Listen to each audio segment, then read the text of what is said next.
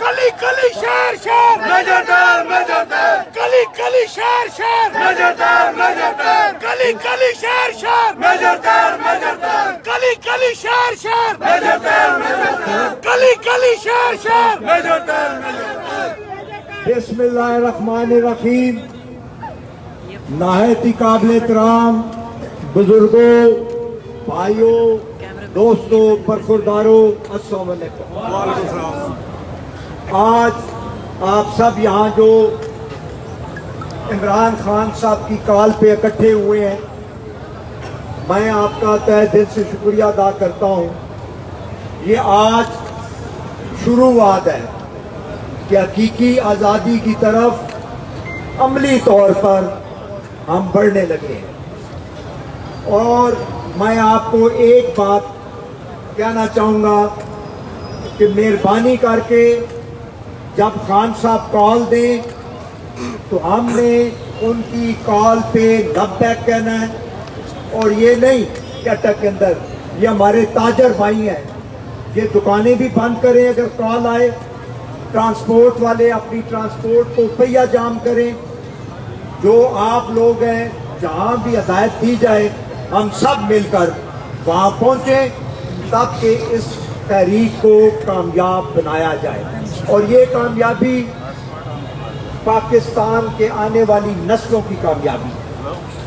اور یہ بھی میں آپ کو بتا دوں کہ انشاءاللہ یہ کامیابی بھی ہمیں اللہ تعالیٰ نے نصیب کرنی ہے، اور یہ کامیابی کا سارا سہرا عمران خان صاحب کے سر جائے گا انشاءاللہ تعالیٰ.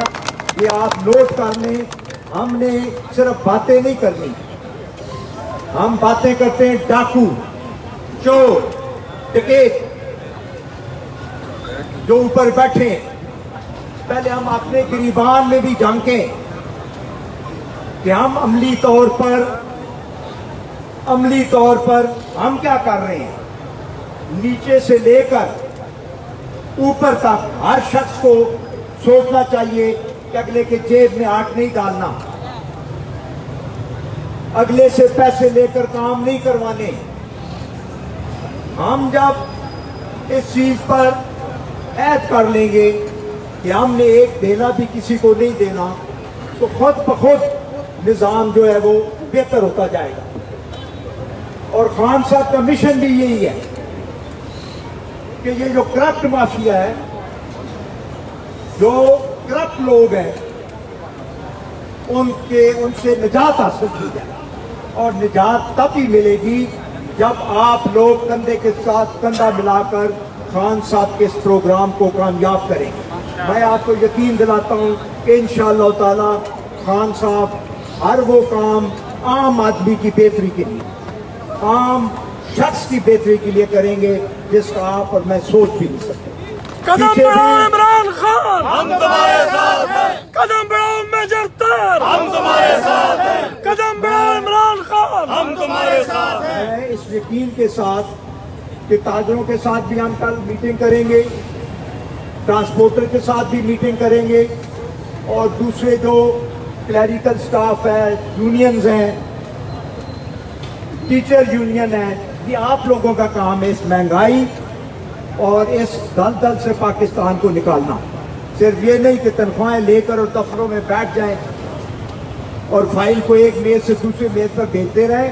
یہ آپ کے فرائض میں شامل ہے کہ آپ نکل کر ایسا کام کریں جس سے ملک میں پائیدار امن بھی آئے، خوشحالی بھی آئے، مہنگائی کا خاتمہ بھی ہو، اور ایسا نظام قائم کر دیا جائے جس میں کوئی ناانصافی نہ ہو.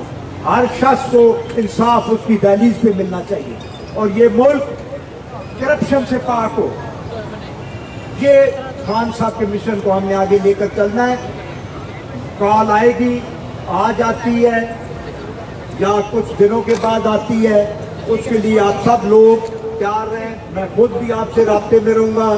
ضلعی صدر ہیں، ملک جمشید صاحب یہاں موجود ہیں، احمد سیکرٹری جنرل موجود ہیں, دوسرے عہدیدار جو ہیں وہ موجود ہیں.